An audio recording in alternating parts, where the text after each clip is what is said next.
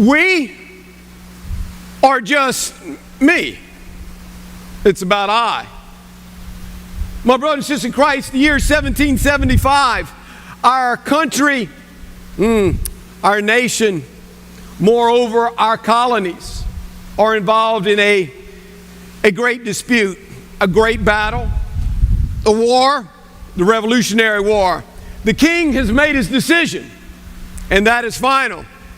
But I got to tell you, it may have been a war for the colonies, and it may have been a war for our nation, and it may have been a great battle. But I got to tell you, for Patrick, his war had already started 7 years ago. He met the woman of his dreams, Sally. Man, they were soulmates from the get-go, like teeth in a gear. He would tell you that their life, even though they came from two different worlds, he would tell you, man, my wife, she came from means. He said we couldn't rub two sticks together. He said she lived, if you will, on the right side of the tracks. I didn't even know there were tracks. Everything her family touched turned to gold. Everything I touched turned to brown. Good, some of you got it. My brother and sister in Christ, man, and he says they were doing well until their sixth child. When Nettie came into the world, then problems abounded. Man, it was almost something traumatic it must have happened to his wife, Sally. Man, it's just psychological and physical, the mental. Man, she started forgetting people's names, his children's names, his names. She started getting out of control to a point that the only one that could even physically be around her would have been just Patrick. As a matter of fact, he said he worked hard, just tried to keep her together, and friends would come over and say, Patrick, man, it's time. Maybe you need to isolate her more. A kind way of saying put her away. His words to them, this ain't about me. It's about we. In sickness and in health, in good times and bad, till death do we part. It's about we. He said, where do you want me to place her? In the building that they call, quote, this was the name of their building, the home for the insane and the idiots. He said, no, I can't have it. They decide to leave him be. Man, next thing you know, within a month, a writer comes up to him. He's sitting on the porch with his children and his wife. He said, the country is convened. The Assembly of Virginia has been called. We need to go to the legislature. They're asking for a vote. Patrick said, don't go to the assembly. Redcoats will be watching. Go to the church. They won't know to look there. St. John of the Cross. Man, everybody's waiting to see where he stands. I mean, he's got children. His wife is been a little bit of a challenge. Man, the country's about to go under. He walks in and it is packed in St. John Church. I think people have literally come not just to hear the vote. They want to see where Pat sits. They have lined the walls. He walks in, my brother and sister in Christ, and only in the words of Patrick. He said, my friends, my fellow countrymen, I have come here today to tell you there is no greater patriotism in the world. There's no greater honor in the world than to be a patriot of the United States, our colonies. Now, what I have to say may offend some, but if I do not say it, I will be a traitor to my country. I will be a traitor to my Messiah.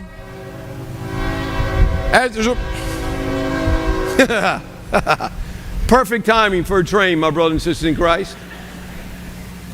And they say the evil one does not exist. My friends in Christ, he says, if I am a traitor to my country, and if I don't proclaim what I know, I'll be a traitor to my Messiah. I have petitioned the king. I have written the king. I've had adversaries or emissaries go on my behalf to the king.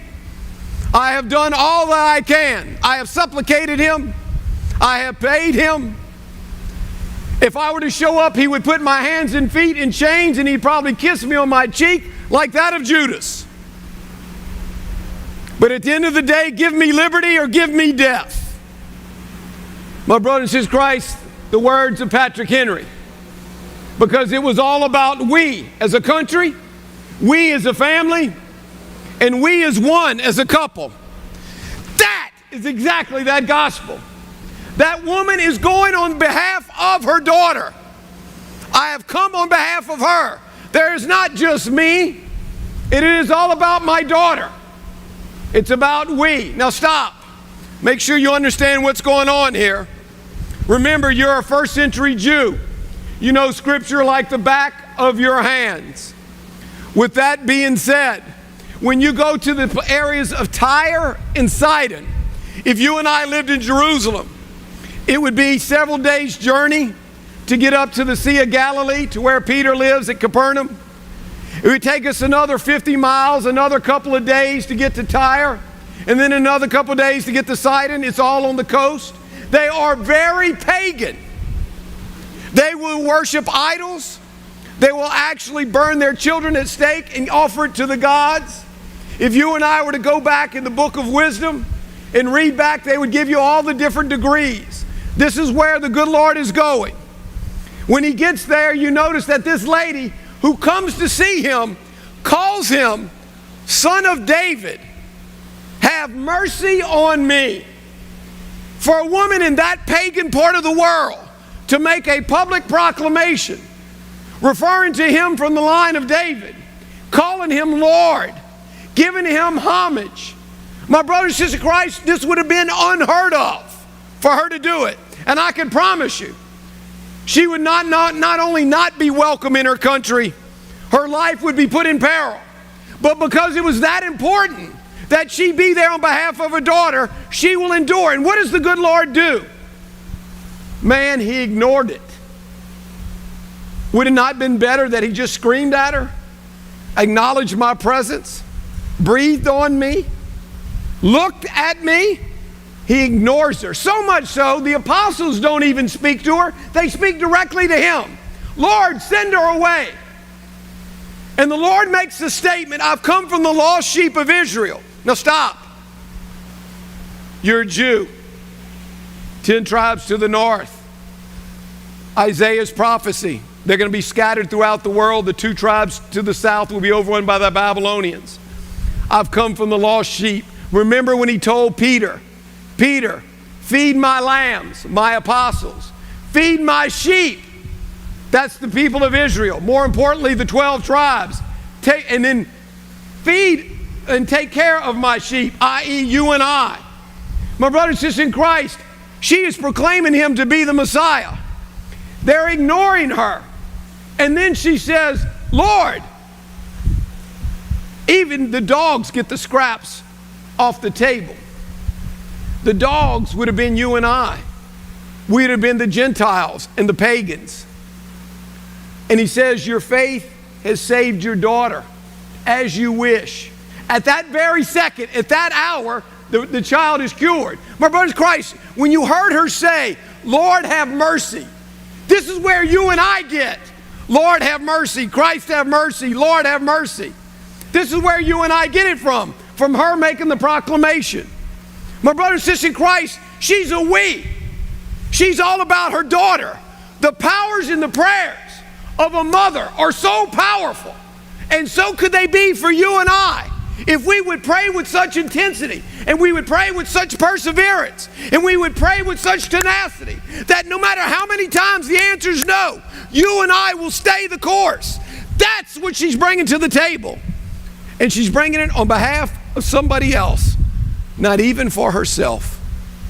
My brother Christ, go back in Scripture. Look at all the great players in Scripture that were we's. Think about it. Man, there's Lazarus, the wealthiest man in all of his time. Man, there's nothing he's not involved in. Fabrics, clothing, crops, animals. Man, he's everything. He is the guy of his day. And when the good Lord is crucified and he resurrects, he walks away from everything. He takes Martha and Mary and they depart, leaving the keys on the door, if you will, to whoever wants it. He eventually becomes a bishop in tradition. My brothers in Christ, that is the consummate we. Say what you want about Mary Magdalene, but at the end of the day, she'd rather be next to a dead Savior than a live person on Easter Sunday. That is a consummate we. And her reward the first to see the risen Christ. My brother Christ, Paul, Saul who became Paul. That's a we. I'm going to leave my fame, my fortune, my money, and everything so I can be beaten, I can be scourged, I can be stoned, and the ships I go on sink, and at the end of the day I'll be beheaded. That is how important it is to me I be close to Christ. My brothers and sisters in Christ, but for every one of the we, there's always a me. That's Pilate.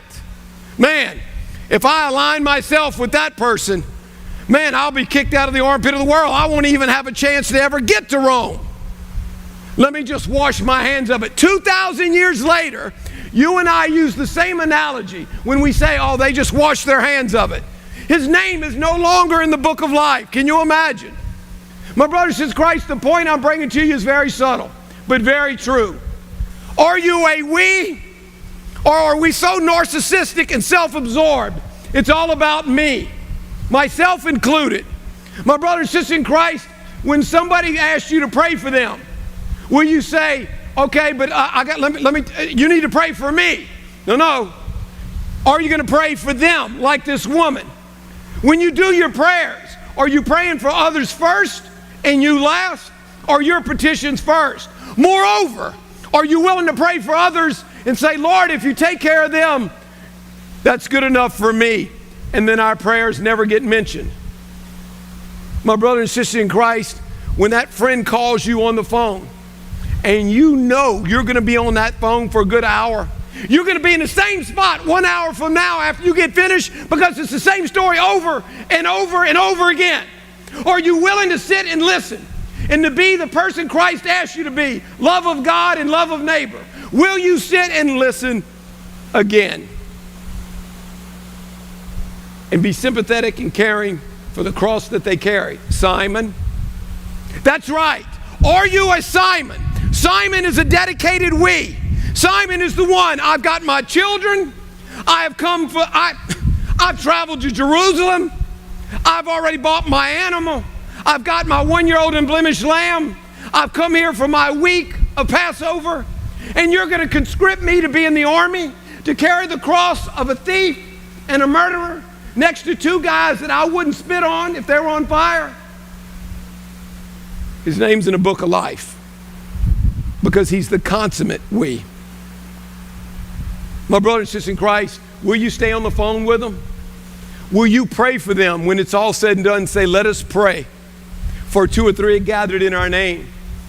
My brother and sister in Christ, when somebody calls you at work and says, man, can you do this for me? Are you going to pull out the old calculator and decimal point and say, oh, I'm sorry, that's above my pay grade. I just don't do that. It's not my job description.